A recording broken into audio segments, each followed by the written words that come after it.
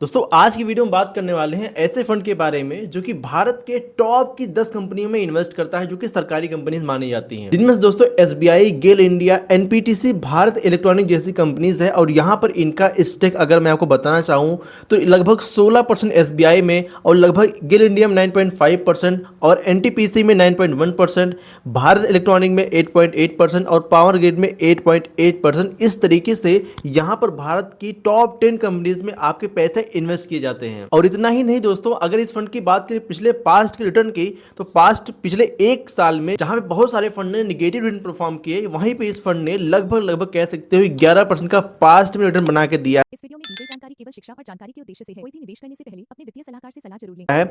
और अगर बात करते हैं 3 साल की, तो पिछले 3 साल में इस फंड ने लगभग 30% का सीएजीआर दिया है। और यहीं पे पिछले 5 साल की बात करते हैं तो इस फंड ने लगभग 24.36% का रिटर्न बना के दिया है। और जब से फंड शुरू हुआ यानी 1 जनवरी 2013 से ये फंड ने अभी तक 12% से ऊपर यहाँ पे पास्ट का रिटर्न बना के दिया है। कुल मिला के दोस्तों वीडियो बहुत ही इंटरेस्टिंग होने वाला है। अगर आप म्यूचुअल फंड में इन्वेस्ट करना चाहते हैं और एसबीआई के इस फंड के बारे में जानना चाहते हैं तो इस वीडियो को पूरा एंड तक जरूर देखिएगा, ताकि आपके मन में कोई कंफ्यूजन ना रहे और सारी डिटेल चीजें मैं आपको यहाँ पे समझा पाऊँ। ये फंड की होल्डिंग क्या है, कौन यहाँ पे इन्वेस्टमेंट कर सकता है, कहाँ कहाँ पे इन्वेस्टमेंट करना आपके लिए बेहतर हो सकता है, कितना एलोकेशन यहाँ पे रखना बेहतर हो सकता है, ये फंड आपके पैसे को कहाँ कहाँ पे इन्वेस्ट करता है, सारी चीजें आपको यहाँ पे डिटेल में समझाने वाला हूँ और आपको यही बताऊंगा आखिर ये फंड कौन सा है। रिकमेंडेशन बिल्कुल नहीं रहेगा, जस्ट एजुकेशन पर्पज के लिए आपको बताने वाला हूँ। जब से फंड शुरू हुआ तब से अभी तक इसने पास्ट में कैसा रिटर्न बना के दिया है और आगे आपकी क्या स्ट्रेटजी हो सकती है इसमें इन्वेस्टमेंट को लेकर, अपनी राय आपके साथ साझा करने का प्रयास करूंगा। आपसे रिक्वेस्ट करना चाहूंगा कि वीडियो को पूरा एंड तक जरूर देखिएगा। चलिए वीडियो की शुरुआत करते हैं। और अगर तो चैनल पहली बार सब्सक्राइब नहीं किया ना तो चैनल को सब्सक्राइब भी कर लीजिएगा, ताकि आने वाली ऐसे ही इंटरेस्टिंग वीडियो आपको मिलती रहे। दोस्तों जो आज की वीडियो होने वाली है पीएसयू फंड के ऊपर होने वाली है। अब पीएसयू फंड का मतलब क्या होता है मैं आपको यहाँ पे सिंपली समझाना चाहूंगा, उसके बाद वीडियो में हम कंटिन्यू करेंगे। पीएसयू का मतलब दोस्तों क्या होता है, ये फंड क्या करता है, एक सेक्टोरियल थीमेटिक फंड होता है जो अपना अधिकांश पैसा मतलब ज्यादातर जो पैसे होते हैं ये पीएसयू यानी सरकारी कंपनियों में ये निवेश करता है। यानी जिस फंड में आप इन्वेस्ट करते हो ना, ये फंड सरकारी कंपनी में आपके पैसे को इन्वेस्ट करता है। अच्छा, अब इसके बाद में क्या होता है, ये कैसे काम करता है, चलिए इसको हम समझ लेते हैं। यहां पर दोस्तों अगर हम मान लेते हैं आप इन्वेस्टर हैं, ठीक है, ये आप इन्वेस्टर हैं और बीच में एसबीआई का ये पीएसयू फंड आ जाता है, ठीक है। अब पीएसयू फंड करता क्या है, यहाँ पे पीएसयू जो कंपनीज हैं यहाँ पे आपके पैसे को लगाता है। अब सरकारी कंपनी में लॉन्ग टर्म में ग्रोथ के जो लक्ष्य होते हैं ये आपको देखने को मिल सकते हैं। साथ में पीएसयू सेक्टर की ग्रोथ और रिफॉर्म्स से फायदा आपको यहाँ पे देखने को मिल सकता है। और constructed portfolio, high risk and high return वाली संभावनाएं आपको यहाँ पे देखने को मिल सकती हैं। इसलिए इस वीडियो को पूरा ध्यान से आप देखिएगा। दोस्तों यहाँ पे स्क्रीन पे आप देख सकते हैं हमने यहाँ पे पूरा रिसर्च बना रखा है और आपको यहाँ पर एक एक करके समझाऊंगा, इसलिए आप वीडियो को पूरा एंड तक जरूर देखिएगा। देखिए यहाँ पे सबसे पहले हम शुरुआत करते हैं पीएसयू फंड के डायरेक्ट प्लान ग्रोथ की। ये फंड का नाम है दोस्तों और इसकी हम डिटेल में यहाँ पे चर्चा करने वाले हैं। अगर आप अपने से जाके चेक करोगे तो चेक कर सकते हो, लेकिन बहुत सारी डिटेल आपसे मिस हो सकती है। यहाँ पे हमने समझ लिया कि आखिर ये फंड करता क्या है। अब देखते हैं यहाँ पे इसकी होल्डिंग क्या है, उसके बाद यहाँ पे हम सारी चीजें समझेंगे। देखिए इसकी होल्डिंग की अगर हम बात करते हैं ना दोस्तों, तो यहाँ पे जो टॉप 10 इसकी होल्डिंग यहाँ पे आ जाती है, जैसे कि एसबीआई आती है, गेल इंडिया आ जाती है, एनटीपीसी आ जाती है, भारत इलेक्ट्रॉनिक यानी बीईएल आ जाती है, पावर ग्रिड कॉर्पोरेशन यहाँ पे 8.8% की होल्डिंग देखने को मिलती है, ओएनसीजी यहाँ पे 5.9% की होल्डिंग देखने को मिलती है, इंडियन ऑयल कॉर्पोरेशन में 4.2% की होल्डिंग देखने को मिलती है। साथ में कोल इंडिया, ऑयल इंडिया में 2.7% की होल्डिंग देखने को मिल जाती है। एंड इसी के साथ साथ यहाँ पे दोस्तों बीईएमएल में 2.3% की होल्डिंग देखने को मिलती है। यानी ओवरऑल अगर पीएसयू कंपनीज की बात करें तो यहाँ पे 62.8% की होल्डिंग हमें देखने को मिल जाती है इस फंड में, अगर यहाँ पे इन्वेस्टमेंट किया जाता है। यानी अगर आप 100 रुपये अपने इन्वेस्ट करते हो तो 100 रुपये में से 62 रुपये या 63 रुपये आप कह सकते हो ये आपके सरकारी कंपनी यानी पीएसयू शेयर वाली कंपनीज में आपके पैसे इन्वेस्ट होते हैं। आपने यहाँ तक देख लिया, आपको कोई डाउट नहीं समझ में आ रहा है, अगर आ रहा हो तो कमेंट में बताइएगा, उसको मैं क्लियर करने का प्रयास करता हूँ। अच्छा, अब जो पैसे यहाँ पे इन्वेस्ट होते हैं जो सरकारी कंपनीज मान लेते हैं ये, अब यहाँ पे जो इन्वेस्टमेंट किए गए हैं ये आपकी होल्डिंग कैसे बनते हैं, यहाँ पर हम देख लेते हैं कौन कौन से सेक्टर में आपकी होल्डिंग की जाती है। देखिए दोस्तों यहाँ पर 31% पैसा जो है ये आपका कहाँ पे जाता है, ये फाइनेंशियल सर्विसेज में जाता है, ठीक है। एंड इसके बाद में जो बड़ा वाला हिस्सा ये 31% जाता है ये यूटिलिटीज पावर में, ठीक है। ये आपकी बड़ी बड़ी होल्डिंग है, 31% जाती है फाइनेंशियल सर्विस में और 31% जाता है यूटिलिटी पावर में, ठीक है। एंड इसके बाद जो बड़ा हिस्सा है दोस्तों 13% के आसपास ये जाता है कहाँ पे, energy and oil and gas में, ठीक है। एनर्जी यानी ऑयल और गैस का प्राइस अगर बढ़ता है तो ये कंपनी के स्टॉक भी बढ़ते हैं, ठीक है। एंड यहाँ पर और 13% कहाँ पर जाता है, इंडस्ट्रियल कैपिटल गुड में आपके 13% होल्डिंग जाती है, ठीक है। आपने यहाँ पे देखिए बड़ी बड़ी होल्डिंग ये हैं। उसके बाद में जो 7% की होल्डिंग बची दोस्तों, ये जाती है मेटल एंड माइनिंग में, ठीक है, मेटल एंड माइनिंग में जाती है। और बचा जो 5% है ये जाता है अदर और कैश में रखे रहते हैं जो फंड। कभी कभी अगर मार्केट में उनको अपॉर्चुनिटीज़ दिखती हैं, कभी ज़रूरत दिखता है कि भाई यहाँ पर इन्वेस्टमेंट करने लायक समय है, तो वहाँ पर ये 5% पैसा आपका कैश में रिजर्व रहता है और मौका उनको दिखता है तो वहाँ पर ये इन्वेस्टमेंट करते हैं। तो कुल मिला के ये होल्डिंग मैंने आपको यहाँ पे समझा दिया कि आपके पैसे कहाँ कहाँ पे कितना कितना इन्वेस्ट होते हैं। हम फिर से एक बार देख लेते हैं। हमारा 31% जाता है दोस्तों यहाँ पे फाइनेंशियल सर्विसेज में, 31% जाता है यूटिलिटी एंड पावर में, एंड 13% जाता है हमारा ये एनर्जी एंड ऑयल गैस में, एंड यहाँ पर 13% जाता है यहाँ पर दोस्तों इंडस्ट्रियल कैपिटल गुड में, और 7% हमारा मेटल एंड माइनिंग में, और 5% हमारा रिजर्व रहता है कि जब हमें ज़रूरत पड़ती है वहाँ पे ये फंड पैसे को इन्वेस्ट करता है, ठीक है। चलिए यहाँ तक हमने समझ लिया। अब मैं आपको एक और चीज़ समझाने वाला हूँ जो कि रियलिटी है दोस्तों। ये क्या है ना, एलोकेशन समय के साथ साथ बदलती रहती है। जैसे कि मैंने आपको अभी बताया कि जब मार्केट में अपॉर्चुनिटीज़ दिखती हैं तो वहाँ पर इन्वेस्टमेंट बढ़ा दिए जाते हैं।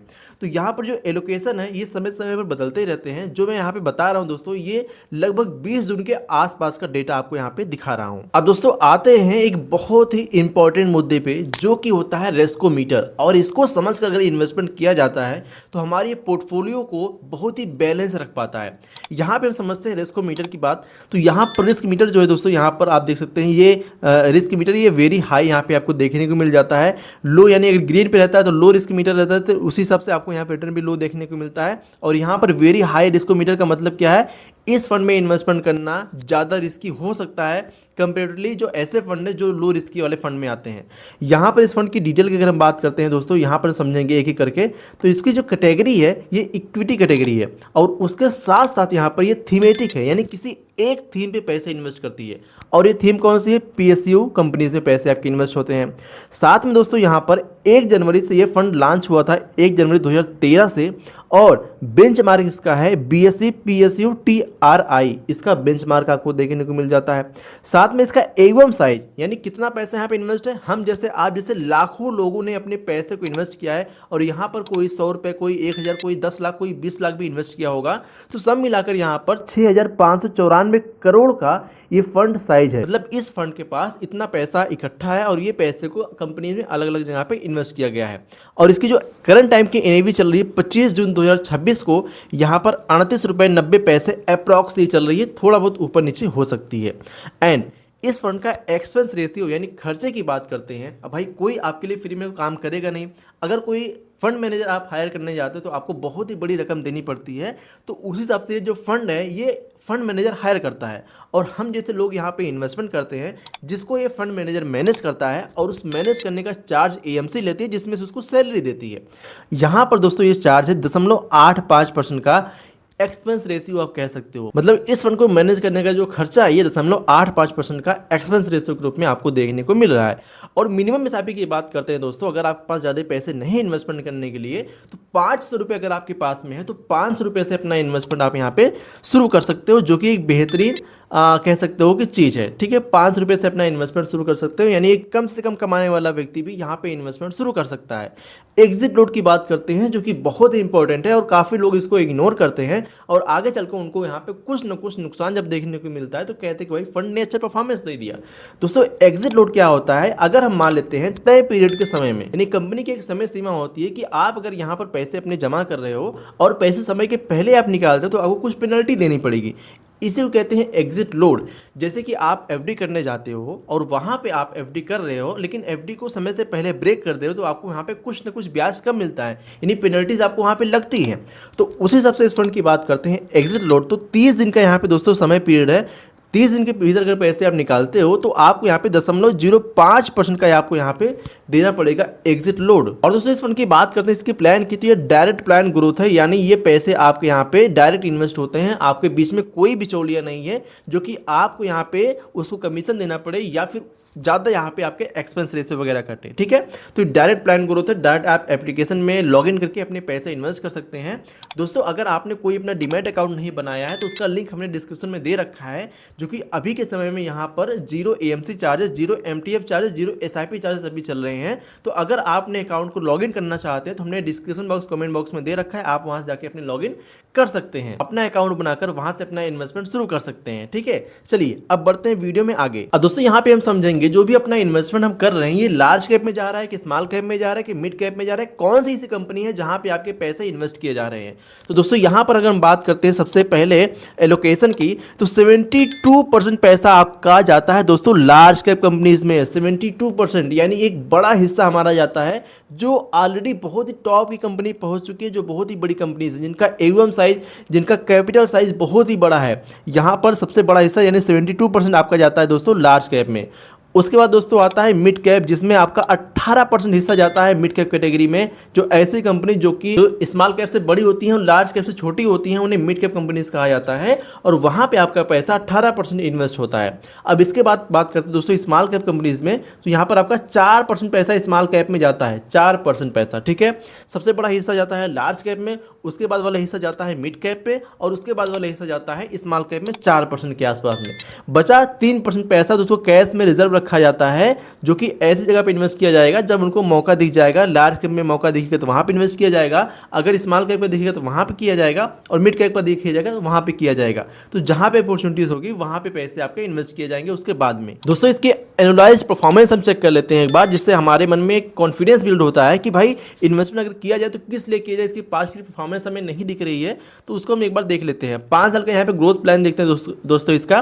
तो एक साल में जो फंड का रिटर्न है दोस्तों ये पास्ट में 11% का रहा है, और इसका बेंचमार्क का रिटर्न 10.21% का रहा है, जो कि अपने बेंचमार्क को ये बीट किया है। एंड यहाँ पर 3 साल की बात करते हैं तो 30.12% का पास्ट रिटर्न रहा है हिस्टोरिकल, एंड यहाँ पे बेंचमार्क की बात करते हैं तो 27.21% का हिस्टोरिकल रिटर्न रहा है। 5 साल की बात करते हैं तो यहाँ पे 24.36% का रिटर्न रहा है, एंड यहाँ पर बेंचमार्क की बात करते हैं 21.64% का यहाँ पे रिटर्न रहा है पास्ट में। ठीक है, हिस्टोरिकल रिटर्न की हम बात कर रहे हैं। सिंस लॉन्च, जब से फंड शुरू हुआ है दोस्तों, यहाँ पर 1 जनवरी 2013 से 12.08% का रिटर्न रहा है, एंड बेंचमार्क का 11.35% का यहाँ पे रिटर्न रहा है। दोस्तों ये जो फंड है ना, ये म्यूचुअल फंड के अनुभवी रिसर्च और फंड मैनेजर के टीम है, इनके द्वारा मैनेज किया जाता है। लेकिन आपको ये ध्यान देना है कि जो करंट टाइम में फंड मैनेजर चल रहे हैं, ऐसा नहीं कि ये लॉन्ग टर्म में चलते रहे, मतलब 20-25 साल तक यही चलते रहे। समय के साथ साथ उनको बदलाव किया जाता है, और इसकी जानकारी आप डायरेक्ट AMC की वेबसाइट पर जाके आप देख सकते हैं, या फिर जिस फंड से आप इन्वेस्टमेंट करना चाहते हैं, जिस ब्रोकर एप्लीकेशन से, वहां पर भी आपको इनकी डिटेल देखने को मिल जाती है। एंड यहाँ भी बात करते हैं किसको यहाँ पर इन्वेस्टमेंट करना चाहिए और किसको यहाँ पे इन्वेस्टमेंट करने से बचना चाहिए। तो यहाँ पर दोस्तों जो लॉन्ग टर्म इन्वेस्टर यानी 10 से 7 साल के, यानी 7 से 10 साल के लिए जो इन्वेस्ट करना चाहता है उनके लिए फंड सुटेबल हो सकता है। साथ में जो हाई रिस्क एपिटाइट वाले निवेशक है उनके लिए भी सुटेबल हो सकता है। साथ में जो PSU सेक्टर की ग्रोथ में विश्वास रखने वाले हैं उनके लिए भी सुटेबल हो सकता है। साथ में जो पोर्टफोलियो में पहले से डाइवर्सिफाइड कोर फंड है, जैसे index fund, flexi cap fund, large cap mid cap fund मौजूद हैं, वो भी इन्वेस्टमेंट के लिए यहाँ पर एलिजिबल हो सकते हैं। साथ में जो वेल्थ क्रिएशन के लिए थीमेटिक एक्सपोजर चाहते हैं वो भी यहाँ पर इन्वेस्टमेंट के लिए एलिजिबल हो सकते हैं। लेकिन यहाँ पर किसको इन्वेस्ट नहीं करना चाहिए, बहुत ही ध्यान देने वाली बात है। नहीं तो अगर आप ये बिना समझे इन्वेस्टमेंट कर देंगे तो हो सकता है फ्यूचर में आपको नुकसान भी उठाना पड़ सके। तो यहाँ पर बात करते हैं किसे इन्वेस्ट नहीं करना चाहिए। तो यहाँ पर दोस्तों जो बिगिनर है, नए निवेशक है, उनको थीमेटिक फंड में इन्वेस्टमेंट करने से बचना चाहिए, क्योंकि यहाँ पर हाई रिस्क होता है, एंड केवल एक ही फंड में निवेश करने वाले लोग अगर जो चाहते हैं वहां पर भी इनको इन्वेस्टमेंट नहीं करना चाहिए। ये थीम बेस्ड इन्वेस्टमेंट है, कभी इनके रिटर्न ज्यादा हो सकते हैं, कभी रिटर्न कम हो सकते हैं। और जो यहाँ पे लो रिस्क लेके इन्वेस्ट करने वाले हैं, जो कि काफी रिस्क से बचना चाहते हैं, वो लोग भी इसमें इन्वेस्टमेंट करने से बचें। जिसको 2 से 3 साल में पैसा चाहिए भाई, उनको यहाँ पे इन्वेस्टमेंट करने से बचना चाहिए। मार्केट में उतार चढ़ाव जो सहन नहीं कर सकते भाई, उनको भी इन्वेस्टमेंट करने से यहाँ पे बचना चाहिए, क्योंकि यहाँ पर वोलेटिलिटी काफी ज्यादा बनी हुई होती है। तो यहाँ पर ये फंड की हमने डिटेल चेक कर लिया। अब दोस्तों यहाँ पे बात करते हैं कि यहाँ पर अगर SIP किया जाए और लमसम किया जाए तो क्या यहाँ पे हो सकता है। लेकिन उससे पहले हम देख लेते हैं इसके प्रोस एंड कॉन्स। ठीक है, यहाँ पर दोस्तों बात करते हैं प्रोस एंड कॉन्स की। तो PSU सेक्टर में ग्रोथ का बड़ा मौका भी यहाँ पे देखने को आपको मिल सकता है, एंड सरकारी रिफॉर्म्स एंड कैपेक्स और नीतियों से फायदा यहाँ पे देखने को मिल सकता है अगर सरकारी कुछ अपडेट आते हैं। डिफेंस, रेलवे, पावर, एनर्जी जैसे महत्वपूर्ण सेक्टर का एक्सपोजर आपको यहाँ पे देखने को मिल जाता है। डायरेक्ट प्लान में कम एक्सपेंस रेशियो आपको देखने को मिलता है, और बुल मार्केट में तेज रिटर्न देने की क्षमता इस फंड में हो सकती है। एंड यहाँ पे नुकसान की बात करते हैं तो बहुत ही अधिक यहाँ पे वोलेटिलिटी आपको देखने को मिलती है। सेक्टर कंस्ट्रक्टेड यहाँ पे देखने को मिलते हैं, डाइवर्सिफिकेशन यहाँ पे कम देखने को मिलता है। साथ में पीएसयू सेक्टर खराब हो रहा है तो प्रदर्शन आपका यहाँ पे कमजोर हो सकता है। एंड कई साल तक अंडर परफॉर्म ये कर सकता है। आपको ये ध्यान देने वाली बात है कि भाई अगर गवर्नमेंट की कोई ऐसी नीति आती है जहाँ पर कुछ फंड के लिए अच्छा नहीं होता तो ये फंड लंबे समय तक यानी 2 से 5 साल तक भी ये अच्छा परफॉर्मेंस नहीं दे पाएंगे। एंड मार्केट साइकिल पर बहुत ही बड़ा यहाँ पर ये डिपेंड रहते हैं, जिसकी वजह से आपके रिटर्न भी प्रभावित हो सकते हैं। तो ये फंड की हमने डिटेल ओवरऑल बता दिया। दोस्तों यहाँ पे जरा सा हम कैवरेजन करेंगे और हिस्टोरिकल रिटर्न के हिसाब से जरा सा यहाँ पे अपना कैलकुलेशन करेंगे। जस्ट एजुकेशन पर्पज के लिए कोई भी रिकमेंडेशन नहीं रहेगा। जैसे पास्ट में यहाँ पे हमने रिटर्न बना के दिया उसके हिसाब से यहाँ पे कैलकुलेशन करने वाले कि पास्ट में किसी ने अपना इन्वेस्टमेंट किया होता तो यहाँ पर अगर पिछले 5 साल में इन्वेस्ट किया होता अपना 10,000 रुपये प्रति महीने की यहाँ पे SIP अगर किया होता हो तो यहाँ पे 5 साल में 10% के रेट ऑफ रिटर्न के हिसाब से 7.12 लाख के आसपास उसका पोर्टफोलियो बना होता। एंड 10 साल में 16.51 लाख के आसपास एंड 15 ईयर में 30.24 लाख के आसपास उसका पोर्टफोलियो बना होता। एंड 12% के हिसाब से 7.16 5 ईयर में एंड 10 ईयर में पास्ट के तो 20 लाख के आसपास एंड पास्ट के 15 ईयर में तो यहाँ पर लगभग 39 लाख के आसपास उसका पोर्टफोलियो बना होता अगर पास्ट में उसने 12% का रिटर्न दिया है। एंड 40% की बात करते हैं तो 5 साल में लगभग 8.67 लाख के आसपास की वैल्यू एंड पिछले 10 साल में 24.18 लाख के आसपास एंड पिछले 15 ईयर में अगर 14% का रिटर्न मिलता तो यहाँ पे 15 लाख के आसपास की हमारी वैल्यू बन जाती। केवल ये उदाहरण के लिए वास्तविक रिटर्न दोस्तों यहाँ पे अलग हो सकते हैं। इसी साथ यहाँ पे लमसम की बात करते हैं, अगर कोई 1 लाख रुपए लमसम करके छोड़ा होता तो पिछले 5 साल में 12% रेट ऑफ रिटर्न के हिसाब से 1.61 लाख, 10 साल में 12% रिटर्न के हिसाब से 2.59 लाख एंड 15 ईयर में 4.17 लाख के आसपास की वैल्यू बनी होती। एंड 12% रिटर्न के हिसाब से 1.76 लाख, 10 ईयर में 3.11 लाख के आसपास एंड यहाँ पे 15 ईयर में 5.48 लाख के आसपास। और यहीं पे 14 ईयर के रिटर्न के हिसाब से 5 साल में 1.93 लाख के आसपास एंड 10 ईयर में 3.80 लाख के आसपास एंड 15 ईयर में 7.16 लाख के आसपास की वैल्यू बन सकती थी अगर पास्ट में ऐसा रिटर्न मिला होता तो। अब दोस्तों यहाँ पे बात करते हैं इसकी रेटिंग की, उसके बाद बात करेंगे फाइनल वेरिएट की। लेकिन दोस्तों आपसे रिक्वेस्ट करना चाहूँगा, अगर आप वीडियो पहली बार आए, वीडियो को अभी तक आपको पसंद आ रही वीडियो को लाइक आपने नहीं किया है तो लाइक कर दीजिएगा। अगर आप चैनल पहली बार सब्सक्राइब नहीं किए हैं तो आपसे रिक्वेस्ट करना चाहूँगा चैनल को सब्सक्राइब करना मत भूलिएगा। चलिए यहाँ पर रेटिंग की बात करते हैं। एक काम कीजिएगा, इस वीडियो को अपने दोस्तों के साथ भी शेयर कीजिएगा, ठीक है। रेटिंग की बात करते हैं तो यहाँ पे रिस्क में दोस्तों ये हाई रिस्क है, ठीक है, आपको ये समझने वाली बात है। रिटर्न एंड पोटेंशियल ये काफ़ी रिटर्न अच्छे मिले हैं, 4 स्टार रेटिंग यहाँ पे देखने को मिल जाती है। डाइवर्सिफिकेशन यहाँ पे कम देखने को मिलता है, 2 रेटिंग इसमें मिल जाती है। लॉन्ग टर्म सुटेबिलिटी यहाँ पर आपको देखने को मिल जाती है, 4 स्टार में रेटिंग। एंड बिगनर फ्रेंडली ये 2 स्टार रेटिंग आपको देखने को मिलती है, मतलब बिगनर के फ्रेंडली ये नहीं है, जो कि एक्सपीरियंसड है वहाँ पर ये इन्वेस्टमेंट कर सकते हैं। ये फंड पीएसयू सेक्टर में लॉन्ग टर्म ग्रोथ के साथ एक अच्छा विकल्प हो सकता है, लेकिन इसे अपने पोर्टफोलियो का सैटेलाइट एलोकेशन यहाँ पे 5% to 15% के माने, ना कि पूरा पोर्टफोलियो। लॉन्ग टर्म में प्लस हाई रिस्क बराबर हाई पोटेंशियल आपको यहाँ पे देखने को मिलता है। तो अपने पोर्टफोलियो में आप 5 to 15% के आसपास एक्सपोजर रख सकते हैं। उससे ज़्यादा एक्सपोजर रखना आपके लिए थोड़ा ज़्यादा रिस्की हो सकता है। मैं कोई फाइनेंशियल एक्सपर्ट नहीं हूँ, ना मैं आपको एडवाइस कर रहा हूँ। आप इन्वेस्टमेंट करने से पहले एक बार फाइनेंशियल एक्सपर्ट की सलाह जरूर लेकर अपना इन्वेस्टमेंट करें। जो ये फंड की डिटेल थी मैंने आपके साथ बताने का प्रयास किया। और दोस्तों जो भी मैं आपको चीज़ें बता रहा हूँ ये सोर्स यहाँ पे देखने को मिल रहा है एमफी और SEMF मनी कंट्रोल एंड गुरु की वेबसाइट पर जाकर मैंने इसको रिसर्च किया। अगर आप भी देखना चाहते हैं तो एक बार वेरीफाई कर सकते हैं। दोस्तों ये फंड की बात मैं एक बार फिर से कर देता हूँ। ये फंड दोस्तों यह है SBI PSU direct plan growth. ये फंड आप यहाँ पे देख सकते हैं। मैं आपको रिकमेंड बिल्कुल नहीं कर रहा हूँ, इस फंड की डिटेल आपके साथ मैंने शेयर किया। आई होप आपको ये वीडियो पसंद आएगी। अगर वीडियो पसंद है वीडियो को लाइक कीजिएगा। अगर आप चैनल पहली बार चैनल को सब्सक्राइब नहीं किए हैं तो चैनल को सब्सक्राइब करना मत भूलेगा। इस वीडियो को अपने दोस्त के साथ जरूर भेजिएगा ताकि उनको ये जानकारी पता लग पाए और आप भी इन्वेस्टमेंट सही तरीके से कर पाए, आपके दोस्त भी इन्वेस्टमेंट सही तरीके से कर पाए। बाकी कोई भी अगर आपका सवाल हो तो हमसे कमेंट बॉक्स में पूछ सकते हैं। और अगर आप इन्वेस्टमेंट करने के लिए एप्लीकेशन की तलाश करें भाई किस एप्लीकेशन से अपना इन्वेस्टमेंट करें, तो हमने कुछ एप्लीकेशन का लिंक हमने पिन कमेंट और डिस्क्रिप्शन बॉक्स में दे रखा है। अगर आप चाहें तो उनको चेकआउट कर सकते हैं। दोस्तों बिल्कुल फ्री होता है, कोई यहाँ पर चार्ज आपको देखने को नहीं मिलता है एप्लीकेशन का, तो चेकआउट करना मत भूलिएगा। चलिए मिलते हैं अगली वीडियो, तब तक के लिए जय हिंद जय भारत।